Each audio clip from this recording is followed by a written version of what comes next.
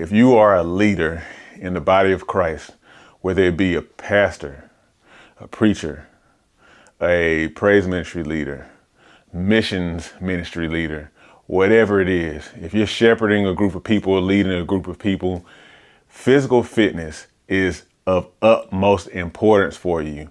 If you are ignoring your physical fitness, if you're not getting exercise, if you are not eating well, then this is not just a matter of your physical health. This is also a matter of you being as effective as possible in the kingdom. And so I just want to make this video to encourage you. Please do not neglect your physical fitness. Instead, place very high priority on your physical fitness. It ranks very high up there. If you remember in the Bible, the disciples, I think they were with Jesus after Jesus had just done the miracle of the feeding of the 5,000. I believe that was the miracle. But anyhow, in that, after that, Jesus actually took the disciples and they went to some further away place so they could get some rest. Jesus had literally, fed all these people, thousands and thousands of people. And of course, that required the disciples, after he, did a miracle, to go and distribute the food. So you walking around, thousands of people, they got it in. They did a lot of work. And so Jesus did what I believe we should do, which is really the intuitive thing to do. He took them so that they could go and rest. They gathered whatever scraps were well, it wasn't really scraps, because I think after the feeding the 5,000, it said that they had 12 baskets of leftovers. So they took those, I'm sure, and went to this place and they got some rest, took care of themselves. And yet what is common in the church, at least from what I've seen, is that our leaders don't necessarily have that time to take care of themselves. I mean, there's some exceptions, but they don't necessarily take care of themselves. Now, what I'm talking about, when I talk about taking care of yourself, I'm not just talking about going and getting rest. That is one of the main things, hands down. But I am talking about eating well most of the time. I'm talking about exercising. I'm talking about getting rid of excess fat. I'm talking about getting outside, all of these things. I actually have a very soft place in my heart for Christian leadership, because I myself am the son of a pastor, a PK, a preacher's kid, as they say. And so I know from, my own perspective as the child of a pastor, I know a lot of the demands that come on leadership in the church. And so there's a lot of, with the leading of people, there's a lot of issues that come up. And I saw how these things weighed on my dad.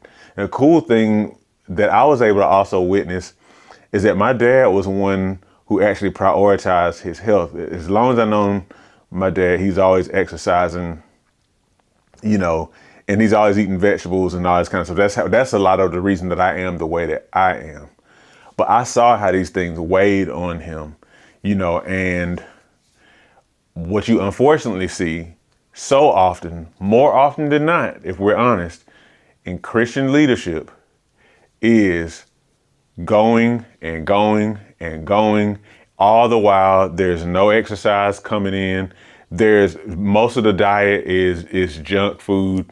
There's sitting down for hours and hours and hours. Well, just like most everybody else, sitting down for hours and hours and hours, not getting any movement, accumulation of excess fat that is increasing inflammation, that's wearing down the joints, that's, messing up hormones and all this kind of stuff. And it just compounds and compounds on itself, along with all the pressures of leadership. But see, look, this is not just about physical health, y'all. This is also about effectiveness for the kingdom. Because if you really, really think about it, this is what we do ministry in. This body. This is what we do ministry in. We are spiritual beings that have physical bodies. So the way that this world works, we can't just float around here as spirits and do stuff. To interact in this world, your interface is your physical body. And so I just want to encourage my leaders, please take care of yourself. I contend that of all the different things that a leader in the church has to prioritize, has to do, health is easily a top 3. And I'm talking about you making sure you get enough sleep every night. I'm talking about you making sure you get healthy foods most of the time, a diet that is at least 80% healthy foods, and well, I won't even get into that in this video, but a diet that is actually nutritious to the body. I'm talking about the avoidance for the most part of junk foods. I'm not saying you can never have things, but these foods are actually impairing our thinking. They're increasing our fat and our inflammation, and so many other things, so I'm also talking about exercise, whether it be walking, where you need to have a cardio component, you need to have a weightlifting component, you need to be getting up out of your chair. Because a lot of our leaders, especially, when you're writing sermons or kind of dealing with administrative things, there's a lot of sitting down. And the way that sitting down is harmful for the average civilian is just as harmful for the ministry leader. It's just as harmful. So like literally, we have to be getting up throughout the day, at least every hour, get that blood flowing, get some movement going. Like I said, get enough rest, and learning how to deal with, different things that come up in a way where we're not holding stuff in. You also need to have a weightlifting component. And I know that sounds a little weird, encouraging ministry leaders to lift weights, but just hear me. The thing, again, there's no difference between a person who's leading a ministry and a person who's a lay person, a person who's just in the pews. As we age, we lose muscle, particularly whenever we don't use the muscle. It's called sarcopenia. And if you're sedentary around the age of 30, you kind of start experiencing age-related muscle loss that increases every decade. It increases, that rate of muscle loss increases. What happens is you get weaker and weaker and weaker. Your posture starts to mess up. It starts to get harder to do things that were simple. And so often, even in our leadership, we just kind of continue, the body's just changing, and we're not able to do what we used to do. But all of these things can be largely avoided, even in Christian leadership. So again, I only wanted to make this video from the bottom of my heart as an encouragement to you as ministry leaders. Health and fitness are easily a top 3 for the Christian leader. Not like I'll get to it later, I'll get to it once I have more time. We all know there's never a better time than now, because that time, the perfect time, is not going to come.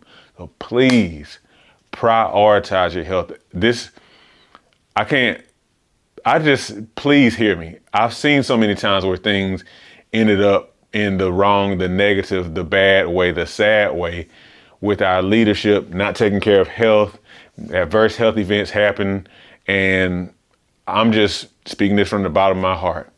If you know a ministry leader, who would be helped by this message, please send this video to them. Encourage your leaders. Take care of your health. Separate yourself from the responsibilities of ministry, and also understand that this in and of itself is one of the main responsibilities that we have, because the body is what you do ministry in. Thank you for watching.